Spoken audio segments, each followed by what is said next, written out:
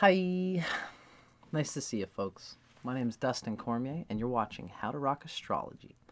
Today we're going to be learning about Sun in Sagittarius with Mars and Pisces.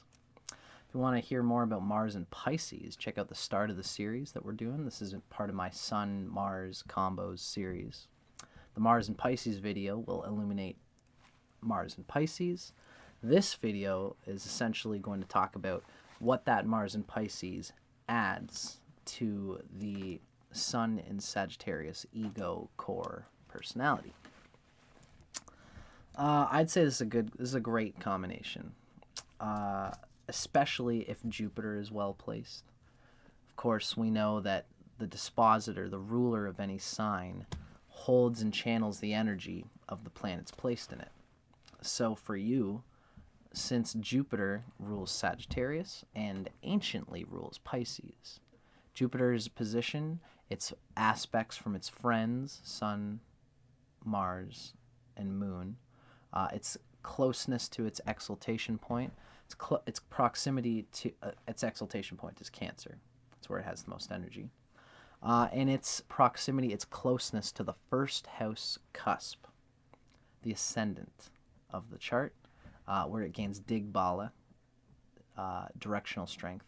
All of these things will give Jupiter strength, and this will provide an ease in the application of Mars and the Sun's energy here, because they are both in signs ruled by the planet Jupiter.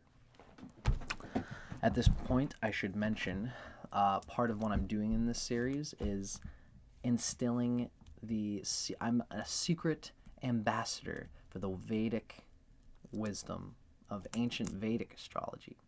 Of course, I'm a Westerner, and I use tropical Western measurements in my astrology practice. So I'm a Vedic astrologer. I don't bring the signs back 24 degrees like other Vedic astrologers do. I use Western measurements, and I apply Vedic interpretation method to it. And the Vedic method is quite different from the Western method. A huge part of this Mars and Pisces series has been about me describing the fact that Pisces is way wilier, way more unapologetic, way more open, and like kind of even cutting sometimes with the optimism of Jupiter. It's way more wily and fun and unapologetic, and even in ways they can be outgoing, although not necessarily. Outgoing's not the right word, but certainly expressive and self-interested. Although the self-interest is almost like an empathic principle applied mutually between the self and others, which means the self is important because you have empathy for yourself.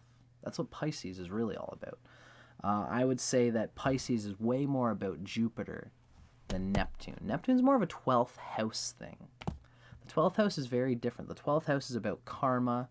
If you have Mars in the 12th house, it's going to cause the karma of your past life. The world is going to conspire to put a 12th house loss, karmic residue energy on the application of your Mars. 12th house has that implication. It's a malefic house.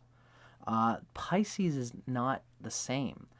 Neptune, I think, has more to do with the 12th house than it does with Pisces. Pisces' primary rulership is Jupiter, which is optimistic and can be freewheeling about how it gets what it wants. What I would say about this combination is that Mars and Pisces actually uses an understanding and an empathy of others, and it applies its empathy of others in order to manifest what it wants, which means that you know that it doesn't do you any good to be super Sagittarius and blah, say whatever you want to whoever you want, whenever you want, without a thought for how they'll perceive it. Mars in Pisces knows that it uses other people's, its perception of it. You use your understanding and empathy of other people to move them like chess pieces in your plan to express the highest potentials of your soul coming from your Sun in Sagittarius. Of course, In Vedic astrology, we say that the sun is the king of the chart, whereas the king is the signature, the essence of the culture of the kingdom. It's the desire of the kingdom. And the general, Mars is the general, the lieutenant, who goes about applying and manifesting the will of the sun, which in here is Sagittarius. So what this means for you is that you have the sun in Sagittarius. You have the egoic will to have the freewheeling, unapologetic performance of you want to perform what everybody else feels inside themselves, which is the buoyant Jupiter enjoyment of the self. Everybody wants to enjoy the Jupiter in themselves, and you project it onto others on the great stage. Say, hey, everybody, follow me by following yourselves. But just remember that you got it from me, because I'm the guy. I'm that cool guy that taught you how to be yourself. You do it like this. Watch me do it. This is how the Sagittarius works, is they're very much just like all the other fire signs. They're leaders, and they lead by taking initiative and doing what everybody else thinks is that cool thing. There's a charm, and the sun in Sagittarius is a good placement by sign, although it's still rather close to its debilitation in Libra. Of course, debilitation is a matter of proximity. You know, you might read a Western text that says the sun is debilitated in Libra, and then you read that your sun is in Sagittarius and say, oh, well, my sun is not in Sagittarius. My sun's not in Libra, which means it's not debilitated. And that's true, but the sun is it's only a sextile away. It's only 2 signs away from that Libra. So the sun here is still thinking very deeply about others. Libra is all about others. From Libra to Pisces, you're involved. The sun, the king, is involving themselves in national, international politics. The sun is exalted in Aries, where the kingdom is just thinking about what's best for the kingdom. And that's when a kingdom does its best. That's when the sun does its best. The king knows its people when the sun is in Aries. When the sun is in Sagittarius, the king is thinking about what others want. The sun in Sagittarius reads the culture. It goes by Jupiter to see what do other people want. What makes people happy? What is the dharma of everybody that I can apply myself to? And so it's closer to Libra, meaning that like it looks at how others would perceive it, and it wants to embody everyone's universal idea of the cool, charming persona, which puts a lot of pressure on you to do that. Whereas, like again, the sun in Aries challenges itself and it pushes itself, but it knows it doesn't go by anyone else's regard. The sun in Aries just does it for itself. Now, sun in Sagittarius does it for itself, but what it does for itself is embodies an image that everybody else would enjoy and is charmed by. And when everyone else is universal, there's like a cultural dream that we all want to be. The rock star, the unapologetic seizer of opportunities for oneself. Sagittarius is selfish because it knows that everybody is a self that needs to take what it wants for itself in order to apply itself. Like, Sagittarius kind of vibes to the idea that any good tree must be strong in its roots before it can give of its fruits. Sagittarius says, oh, I get that. That means I have to kick ass in order to help other people kick ass. Great, got it. With that being said, there's a bit of extraneous... The sun in Sagittarius, by being close to Libra, it is thinking about how others perceive it, and it wants to embody an ideal, which is not necessarily coming from inside of itself. It's not necessarily a bad thing. At least, so by being close to Libra, that's a thing. But the sun here is... Not only do you have to consider its closeness to its exaltation point, you also have to consider the fact that the sun is in the sign of a friend. I'll give this short thrift. What does it mean that the sun is in the sign of a friend, Jupiter? Mars is also in the sign of a friend, which is Jupiter. These two planets are in fire and water signs, and they are fire and water planets, which belong there. This is something that the Westerners don't understand. Western astrology has no concept of this. Everyone would just think that Mars being in Pisces is going to be a dumb, mute Mars. It's quiet. It's thinking about others, and it's just quiet to itself. Really, Mars is in the sign of a water sign, and you got to understand that that's a good thing. Mars is an outgoing, bursting warrior, expansive fire planet. And Westerners might think, oh, it's in a water sign, so fire and water, that doesn't work. The Indian astrology goes by the friendship. What you want is to put the planet, which is an agent of consciousness, into a field which thematically and archetypally relates to the agent that you put it in. If you're a gardener, you want a gardener to work in a garden. A gardener will flourish working quietly by their own pace in a garden. Now, if you put a gardener in an army barracks and send them off to war, that gardener is going to be dreaming about flowers when they should be paying attention to the bad guys who want to shoot their head off.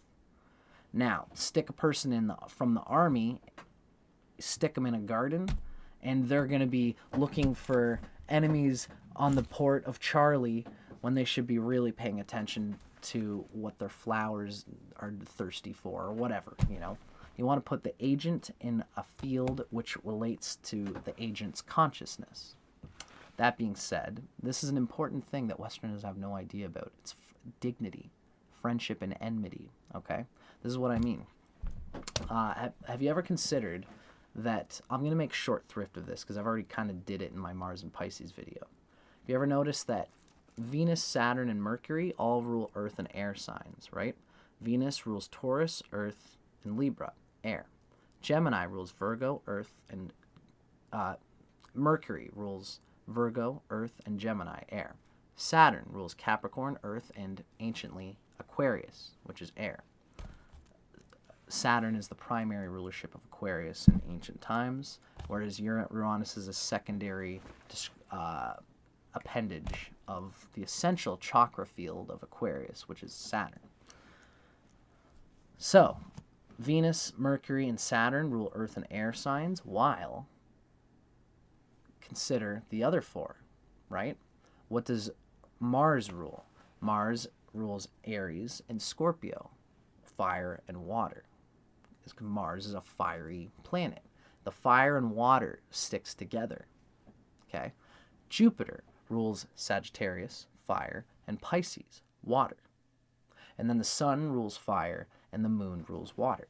So the sun, Mars, moon, and Jupiter all relate to the outgoing, flowing expression of spontaneous spirit from within oneself. And it's wily. All of the fire and water signs are wily. They're unapologetic about how they enjoy the expression of themselves.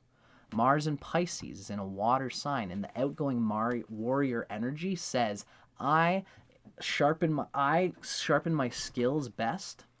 I'm the best warrior that I can be when my training caters to my natural aesthetic, my enjoyment. The best and this is true, of course. The best warrior is not one who just grinds their fists into the punching bag and just says, I hate this, but whatever, I don't care, this sucks, but my teacher is telling me that I need to do it, so I'm just going to do it. Eventually they get sick of training. The best trainer can make their disciple enjoy the discipline. And this is a person who finds out the discipline that they enjoy. That's why Mars in Pisces is so strong. Because the warrior, Mars, says, I need to, where Sagittarius is the outgoing preference principle, Jupiter is enjoyment of what's within. Jupiter rules Sagittarius, which is the outgoing preference principle, and Jupiter also rules Pisces, which is the incoming preference principle. Your Mars in Pisces is driven by an incoming preference principle. which means the warrior Mars is learning about what I best enjoy, fixing my will to. How do I best enjoy the rigid, logical, linear expression and unfoldment of the sun's potentials? And this means that you have an empathic ability.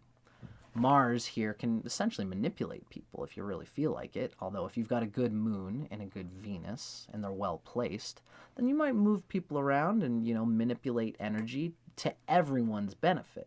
Even the benefit of your partners, the benefit of your lovers. You might be very clever and crafty and you do it for good purpose. If you don't have a good moon and a good Venus, you might not be the most sympathetic person. And so you'll be empathetic. You'll understand how people work, and you can even move them as pieces. You can help them get what they want to get in their life. But ultimately, you're doing it to gain favor with them in order that they can do a favor for you later, which is ultimately for your own purpose. And that's not necessarily a bad thing. That's the strength of Mars and Pisces. Self-interest is not... Vedic astrology has much more sympathy for self-interest than the Western Christian epithet does. Because again, we're all like plants. We need to unfold our prakriti, our own nature within ourselves. Then we can serve the world the best. Although sacrifice is a thing. Ultimately, the sun applies itself best when it's sacrificing itself for everybody else. The king is the most greatest sacrificer of all. All its energy ultimately is best put to the sacrifice of itself for the betterment of its energy field, its kingdom. But that sacrifice for the sun is best applied for itself, towards itself, in order to secure its own energy field and to contribute to the world. So the point here is that Mars in Pisces applies itself to empathy, to understanding other people. And what happens is that this is a Mars that does it cools down what is essentially like, these are square to each other, and they do affect each other in that way. I would say this is more of an interaction of signs than it is in an interaction of planetary aspects, because in Indian astrology, the planets have very specific aspects from each other. The sun really only has a deep aspect when it is 120 degrees away from another planet, the true trine. The closer it is to an 120 degree orb, the stronger it is. So the 90 degree angle is not a huge, it's not a huge aspect in Indian astrology. Western astrology describes a tension there, but that tension, I'd say it's more true by sign. Sagittarius as a sign and Pisces as a sign, having Sun and Mars in those two signs, they're interacting with each other. And these are intense pressure planets. The Sun puts pressure on whatever house Sagittarius is from the ascendant. Mars does put pressure to whatever house Pisces is from the ascendant. And it's a bit damaging in a certain way. But ultimately that damage is part of the sacrifice, that you need to put that pressure on that house in order to express the highest potentials of the sun and to wrangle those potentials through Mars and Pisces. Now, what's good is that the sun and Mars here are hot, fiery planets, and they're in water, a fire and water sign, which is good for the planets at their basic natures. They're ruled by optimistic, buoyant Jupiter. And that's good. There's a self-interest that's being applied through the Sagittarius sun. And by listening, again, so we talked about the part of the weakness of Sagittarius is that they look to project on what everyone else thinks is universally charming. And what happens is that Sun in Sagittarius can be a bit of a try-hard. They try very hard to embody the cool mark of what everyone would be charmed by. And there's an individuality streak here, ironically. It's like, I want to be the person who embodies what everybody else thinks is cool and amazing. And I want it to be me. So Mars in Pisces calms a bit of that down, because you know that you need to be what you are. You need to impress people based on what those people are. Sun in Sagittarius wants to be universally impressive, but Mars in Pisces knows that every individual is impressed by different things. Do you know what I mean? Now, the square here means that that's frustrating to the Sun. Sun in Sagittarius at its pure nature wouldn't care about what you think of how I ought to express, because there are universals that everybody gets. And I can be this universal thing, and some part of you will get what I'm doing, no matter what. But, you know, like if the other person is like a Virgo, this outsplaying energy of the Sagittarius, modest Virgo, or other people might think it's just a bit too much. You're trying too hard to be a universal thing, where you're not listening to me, is what people sometimes say about Sagittarius. You're just off in your own little bubble, your own little world of trying to perform, and you're not listening. You know, I don't think that what you're doing is that great. And then Sagittarians will try to convince the other person, oh, what? What do you mean? Look, haven't you ever seen this rock star act in this way? You must be wrong. You must not understand. Now, Sagittarius, you are a Sagittarius who listens to the other person and says, what is it about what I'm doing that's not coming off correctly to you? Good night, Dustin. Good night, Janine. In which case, you are putting more thought into how you come off to people than other Sagittariuses, for better or worse. You know, you might feel like you're just like you're kind of like stuck on fifth gear with people, where it's like coming off very strong, but you're like, you're trying to listen to what the other person wants you to express. And so the freewheeling Sagittarius Sun is a positive thing, even though you might feel cramped by your own analyzing of how you want to approach other people. Because Mars in Pisces is, again, it's an incoming preference principle. You know what kind of work you enjoy. You know how you prefer to apply yourself in your work and in your discipline. You can take advantage of this by understanding how other people prefer to work. And you might, when you work with other people, you can listen to them and say, you know what, I think we would all work best by doing this. You know, it's like if you're a boss and you know all your employees are working underneath you, you're the type, Mars and Pisces would be the type of boss who says, hey, does anybody want a coffee before we go? You know, like, I'm going to go get us, I'm going to make sure somebody gets us a coffee so that we all have coffee so that we can work better. And it's like, you're spending a bit of money and you're showing a friendship with your employees, which some bosses don't think is a good thing to do, because then, I don't know, I think that's stupid anyway. Mars and Pisces makes a good boss because you're willing to reach into the little individual universe of the employee and say, what's going to make us all work? What's going to make us all enjoy our work? Because you know that the self in one, you, is the self in all. We all want to enjoy our work, and that will make our work easier, And so people will look to you to be the boss who makes us all enjoy how we're working. There's a frustration here because while the Mars in Pisces wants to enjoy its work with people, therefore it is intelligent about finding people who work well with it. What happens here, though, is that the Sun in Sagittarius has this intrinsic desire always to get on top. Period. It's just what Sagittarius does. There are people who work well with this. Any other fire person is going to be like, oh, wow, Sagittarius work with other fire people by just constantly getting on top of each other in different ways. It's like, all right, you win this one, and then Sagittarius will do something cool, and then the Leo will be like, all right, you win that one. And that's how they deal. They love to just show pure force getting on top of each other, and they respect when someone gets on top of them, but then they'll do a little thing to get back on top of them. It's like wrestling consciousness.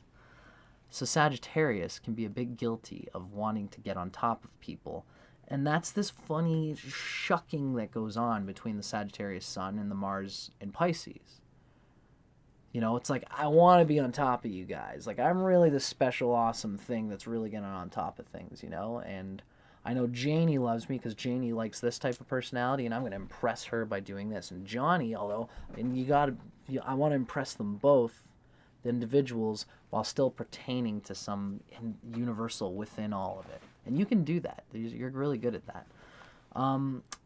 The only thing that, the heavy part that comes through this combination is that you can be guilty of projecting ideal ways of relating and working onto others. Because Mars in Pisces so deeply desires to enjoy its work, while Sagittarius is rather slapdash and it pushes itself to meet standards. You push yourself to meet standards, and you might push your team or your partnership and relationship to meet some kind of standard, some kind of social regard, some kind of mutual goals that you both want. You are just, the Sagittarius sun is hungry for it. And you want to work well with others. You want others to be easy to you.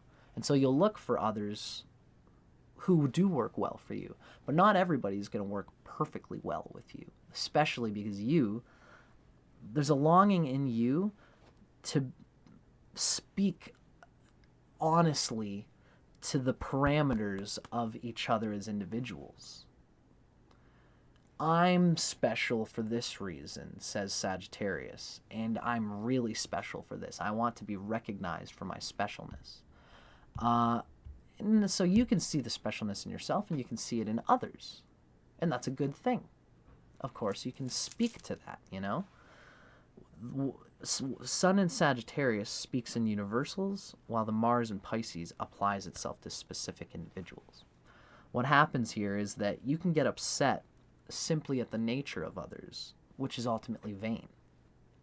You want to work well with others, and you have an individual streak. And it's the Sagittarius sun that has the individuality, which will kind of impose itself onto others. And it almost knows how the other person is. So you can kind of like take advantage of the nature and preference of the other person. And, you know, you have this way of being like, you know, we all like this, right? And you others in your group will trust, ultimately at first especially, that you're the one who asks the boss, hey, can we get coffee? It'll make us all work better. And the boss will be like, yeah. And then Mars and Pisces, you, being the sassy Sagittarius, says, hey, you know what? I'll prove it. I'll buy everybody a coffee this round. Watch how much better we work. Watch, boss, watch. Boss says, all right. And then the Sagittarius gets everybody the coffee because the Mars and Pisces knows that our team will work better with it. And it's just, we all feel good. And everyone's like, hey, great job for suggesting to the boss this thanks for the coffee. Let's all do, actually, we're going to work better. And then everybody works better. And the boss says, you know what? You guys did work better. I'll buy us all a coffee every morning from now on. This is an example of the kind of fruits that you can bring to any team, right? Now, what begins to happen is that people begin to trust that you have their better interests at heart because you're looking out for us all to work better ultimately. Then what happens is that, you know, like, you know, let's say there's a coffee place called Coffee Culture, and it's your favorite coffee place, right? Now, you have a few people on your team that are kind of like, you know, we really want to get our coffees from Steve's coffee shop because they've got these special fritters that we all like, and you don't care because I'm the one who had this whole idea. I'm the one who got us these damn coffees, guys. Now look, I know you all think that Steve's coffee is the best, but let me tell you about Coffee Culture because Coffee Culture is the one that I like. Now what's going to happen is that you start to try to convince others that your way, because the Mars and Pisces, again, desires to have your way. And it's mixed in with the Sun and Sagittarius here. So you start to project that you're upset when people don't naturally have the same opinion or position or way of approach of working than you do. You get upset and people feel guilty or they feel manipulated or pushed around to try and make you to go by the principle of your individual thing, even though you're perpetuating that we're all, you watch me, watch how I take for myself, you should do it too. And you'd like wink, like I'm grabbing for the coffee. I'm saying, boss, you know what? Let's get the coffee. I'm just going to do it and watch. Watch how good it is. And people respect that about you. What happens is that this taking, you wink and say, we should all do it. But when that starts happening and people do take your advice and say, you know what? I am going to just grab without taking because there's a strength in that. Well, when people start to do it to you, it's okay if we all do it for the team, for each other. The problem is when someone comes up to you and says, you know what, I think we should get coffee from Steve's Cafe today. And you say, that's not my favorite. And they say, right, but I'm taking it. You're going to say, no, I'm actually thinking that we should go to the coffee place we've been going to. And then you get a little bit like, oh no, that I had a power. From my attraction, from the trust of people thinking, I had power and I had swagger and I had charm. Now all of a sudden this is called into question because the very platform of my empathy for others, inviting others to be unapologetically grabbing from themselves within Pisces, my own internal preference. Now other people get into this internal preference game and you're the guy who introduced that, which is good, but now other people are grabbing for it, and you're a Sagittarius on top of it. Trying to be the one, trying to find new ways to be the special one who got the special idea that everybody wanted to jive to. And when other people do that, you can butt heads with them. Because now your internal preference, Mars wanting to apply itself in its favorite way, is coming into question because everyone else now also wants to do that. It's an ironic thing, but ultimately it's well served. Your Sagittarius might feel a bit. Okay, no problem, guys. I'll bring it down.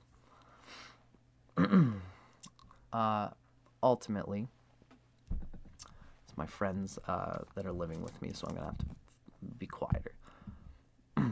Ultimately, you're well served by this.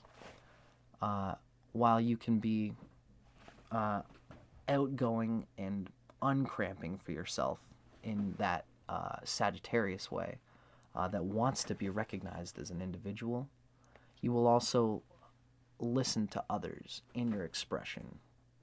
And I think that ultimately that's a positive thing for the Sun and Mars to be working together in that way. So, I've just explained my own take on this energy quite a little bit. This combination also works well in terms of being in partnership, in your relationship capacity. Sexually, you're very alluring because it's this take what you want thing. Other people in your, just like how in your team, in your business team, others see that you take for yourself, and the people on the team say, what if they were on our team and they did that for the team? It's like, you're in a team and you can act as an ambassador and the likes and preferences of everyone in your team and you'll grab for it for the sake of our team. But you'll also tell the other team, hey, if you do this for our team, we'll do it for your team. And you can make a good ambassador in that way, and everyone sees the pluck and the charm that you apply in that regard. And it's the same thing with your lover. So the funny thing is that your lover has to deal with the fact of your loud Jupiterian, Sagittarian optimism and individuality, where you do call the boundaries. Where if you say to your lover, I gotta go. You say to your wife, I'm hanging out with the boys on Saturday. And the wife says, we haven't really hung out for a long time. This is a Saturday. The last 3 Saturdays in a row, you went out and did some freewheeling Sagittarian individuality thing by yourself with the boys, and you enjoyed that. Now it's Saturday and we haven't hung out for a little while, and I'd really kind of like to enjoy that. And you listen to it and you say, okay, honey, I understand that, but this is like an important Saturday because there's like a UFC fight that we're all getting together. So that's what's happening, baby. Now, how about I try and compensate that? And your lover will be like, well, I really think that we should hang out. And then you'll be like, well, we're not going to hang out that day. But how can I make you feel better about this decision that I've made for the two of us? How do I compensate for it? You won't be that black and white about it because Mars and Pisces knows how to make it enticing. Look, baby, I know you want to hang out on Saturday, but if you can give me this chance, then I'm going to do this with you later. And you will do it ultimately because the Mars and Pisces will apply itself. It's aware of what the other person wants, and it'll get what it wants by being empathic to what the other person wants. It's just that your partner knows that you're both of these things, and it can be confusing. You can have this way of being like, so actually we're not gonna do. I know you want to hang out on Saturday, but we're not gonna. But how can I compensate for that? It's the smile. Sorry, but no, I'm not going to do that. And then your partner it's weird because you're smiling and your partner's just like, like, how do you get through to that? Now there's this master manipulator in you that says, honey, I'm not going to do that. And I want you to know that I'm defying you, but we can make some kind of compromise. And that's just how you approach things. Ultimately, it's up to your moon and your Venus, which will show whether you really care, whether you really value relationships and those things outside of you, which nurture you. You'll be this kind of freewheeling, defiant person. But if you have a good sun and a good moon and a good Venus and a good seventh lord and a good fourth lord, then you will put a value on relationships, and you won't be so freewheeling that you'll burn your relationship with your lover. You won't just manipulate them every time they want something. But you have the capacity to be that, and if that's how you get along, I don't know, no judgment. If you got a garbage moon and Venus and that's how you want to live your life, do your thing. There's a strength that comes from your ability to move people like pawns and chess pieces, whether you have a good moon and Venus or not. If you don't, then this is how you'll be in relationship.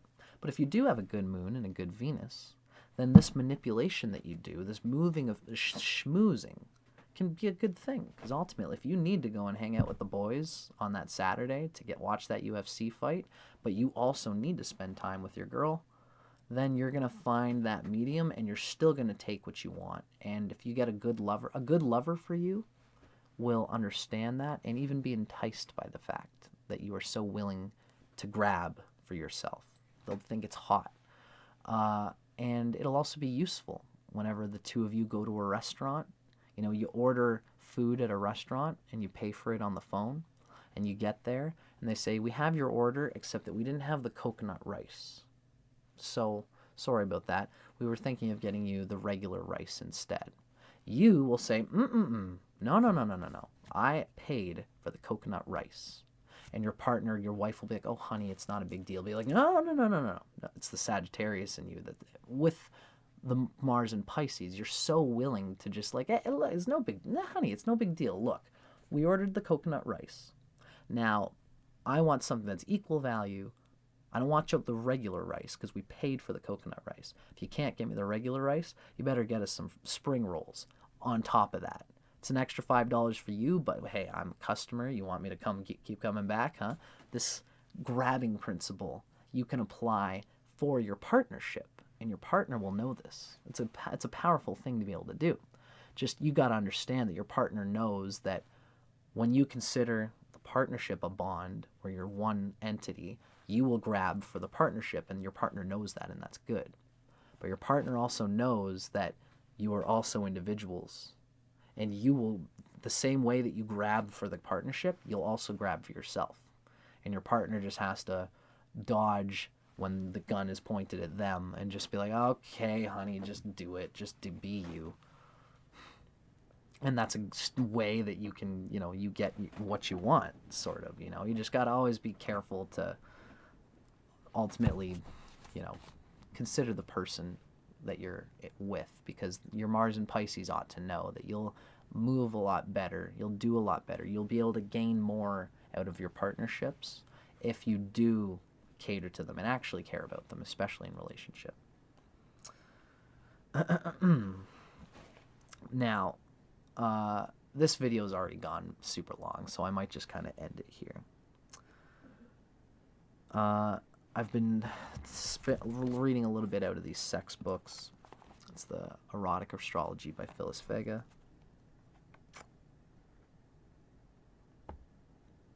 I could read a few things. If your lover falls short of your romantic ideal, you could be severely disappointed. This is, again, that projecting. You're kind of hoping that your lover will be this perfect way that perfectly works well with you.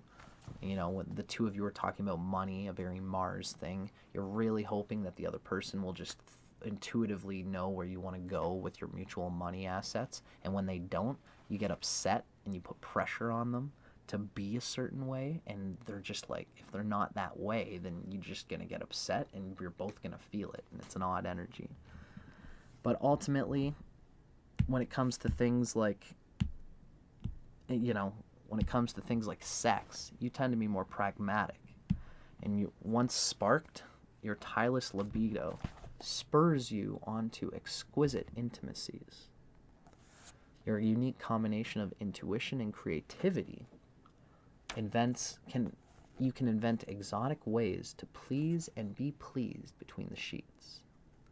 You're sensitive to your mate's needs and more willing to satisfy them than a lot of other Sagittariuses, because that Mars applies itself, its own glory. The Sagittarius wants the glory of that charm, of being the universal ideal. But you have the capacity to express the universally charming ideal through the specific eye of the individual audience that you're performing for, whether that's your lover or your boss or your other employees or whatever it is that you use that energy for. It's a very, very positive thing, even though it can be frustrating in the way that we talked about. It's ultimately a good thing. And ultimately, the position of your Jupiter is going to deeply be very important for you. If your Jupiter is well placed, then you are a person whose optimistic energy is flowing into positive dharmic channels that will be valuable and culturally wise and true and useful to everybody. And when you take for yourself, it will be because you know that you are taking for the agenda of something greater than yourself, because that's what Jupiter lives for ultimately. Jupiter, when well placed, you will do this unapologetic, I want it for me, Sagittarius Pisces thing. This internal and outgoing preference will be for the purpose of something which is greater than yourself. It's a very useful thing, because there's lots of people in this world who are being selfish and are pushing in the way that you do, but for their own benefit. And if your Jupiter is in Capricorn, then you're probably one of those people.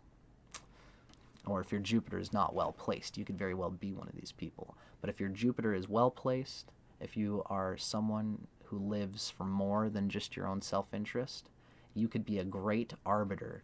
You could take energy, wield the sword against others, and be a positive, optimistic fighter for whatever cause that this Jupiter is running in you through. So, this is a super long video. I gotta end it here, folks. I'm Dustin Cormier for How to Rock Astrology. I hope you guys enjoyed the way I talk about these symbols. Let me know in the comments if you did, if you enjoyed it. Feel free to drop a like, and feel free to subscribe if you like the way that I do my thing, because I've always got more videos coming out. I've got a video coming out every week this year in 2021. At least basically till the end of the year. And who knows how long I'm going to keep doing it. So feel free to subscribe if you enjoy. Thanks for watching. I'm Dustin Cormier. This is How to Rock Astrology. See you on the next one, guys.